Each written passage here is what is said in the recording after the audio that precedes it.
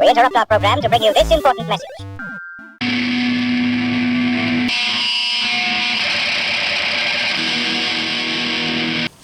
Alright, so we have to do another video now. Heroscape. Heroscape, a game made by Milton Bradley a couple years back. The gimmick or sort of gist of the game is like there's wars being waged in Valhalla, right? And so different heroes from all different eras and times and genres all come together to fight. So you have World War II soldiers fighting aliens, fighting like Really? ancient Romans and like medieval knights, fighting like weird monsters, fighting Marvel superheroes. So it's a mishmash of... It's a total like mishmash of crazy stuff. And it's done, you actually build 3D battlefields with these cool pieces that we'll look through. Literally right now my hand is, now, I kid you not, it goes to the floor. So this was the initial base set. The base set had like some basic terrain and some basic heroes and stuff like that. Then there was another base set, which I think is the one up there, that was like had swamp aliens and like this mother nest thing and like blah. And so they had all these different sets that added new terrain and new creatures, and they were constantly putting out these packs with new guys. Of course. So if you were gonna play, and I know that you couldn't just get it, whatever, you'd have to find it online, somebody that's selling an old copy. This is one of the ones I could get and just play? Yeah. Okay, and that one up there? And that one there, and there were 3 different base sets. I think there was one other that came out after that, and you can just get those and play. And the Marvel one you can just get and play too. They came out with a version that added like Marvel superheroes. It's a licensing thing, and you can just get those and just play those without needing anything else. Everything else is like add-ons and stuff like that. Okay. So you have like all the different, because there's characters. It's sort of a mix between like board game and tabletop war games and like role-playing games. So you can see every character has these character cards with like their stats and special abilities and things that they can do and stuff like that. That are your guys. They're like kind of shaped like you would think, like Catan. Yes. Look at the guys first. Okay. How cool is So that? knights. Look at this. Jeez. So these are the pieces that came with it? Yeah. Or I mean, I think like the knights were an add, an add. Right, but still. Look at this. Oh Like, my God, I feel like people were buying this game just for these. awesome. Like death robots. Oh, I love them. Yeah. Okay. Look at that. Like death droid, battle droid things. But then you have like these battle droids fighting alongside. Look, friggin' like elf sorcerers with dragons and stuff like that. And, here you go. Revolutionary War soldiers. That's weird. I mean, right? It's cool. It's a unique idea. So, samurai. Was this game kind of expensive to purchase just simply because of these pieces? No, it was actually surprisingly affordable. And these were characters you used in the game. These weren't just like sat on the board for. Right. You were this character. Like this could be you. Well, it wasn't that you were the character. They were part of your army. Each different character or set of characters has like a point value to it. Okay. So when you were playing the game, like you would have your armies would be 500 points or whatever. So you would assemble your army of like whatever you want. Some characters go together, like they come in like sets of 3, so you have the set, or some are just individual dudes. Yeah, look at that. Look at that big. Because this whole box is just nothing but this one type of alien. They're like a main alien. It's like a hairless version of that monster from Big Trouble in Little China. Well, speaking of hairless, now they're cool, but the really cool thing about the game is the terrain. I love this.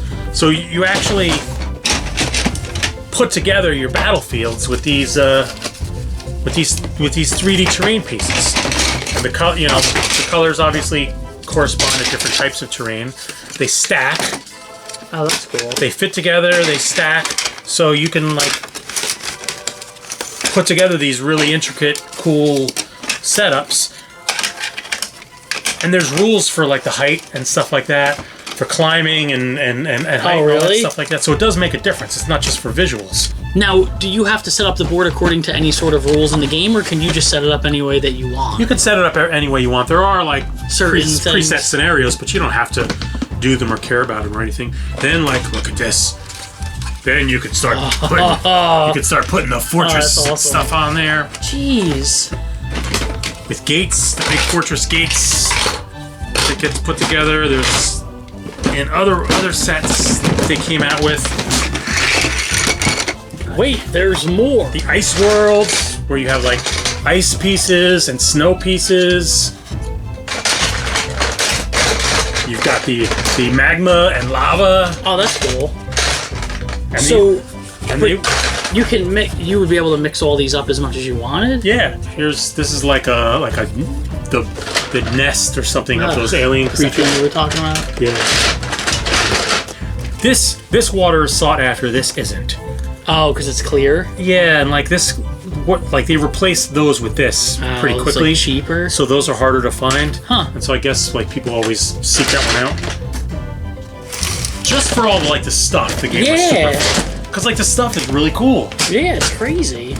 So you have your armies, you set up your board. Right. Depending on either there's preset scenarios in a lot of the books where you can just do whatever the hell you want and set up however you want. You choose your armies. There's rules on how you set things up, on it, where your guys can go. Okay. And where the castles and all those pieces go too? The castles you can put wherever you want. Okay. And then you go and you fight it out. I think you had attack and defense. Right. And so when you're attacking, depending on what your attack number is, that's how many dice you would roll. Okay. And the dice, it has a special set of... It's in one of the bins. It has a special set of dice. So when you attack, you roll that number of attack dice, and if you get a certain number of the symbols, those are the hits that get taken. Defense, it's the same thing. So you roll the certain number of defense dice, and they cancel one another out. And all the different characters have special abilities and, right. and that's what the cards. I was trying to find where the cards went. It's relatively quick and easy to get into. It's You said the game came out 10 years ago, maybe 7 years ago, something like that. And it's already out of circulation. So it didn't have a long. It didn't last very very long, and I feel like it was popular for a short period of time, but that kind of dissipated pretty quick.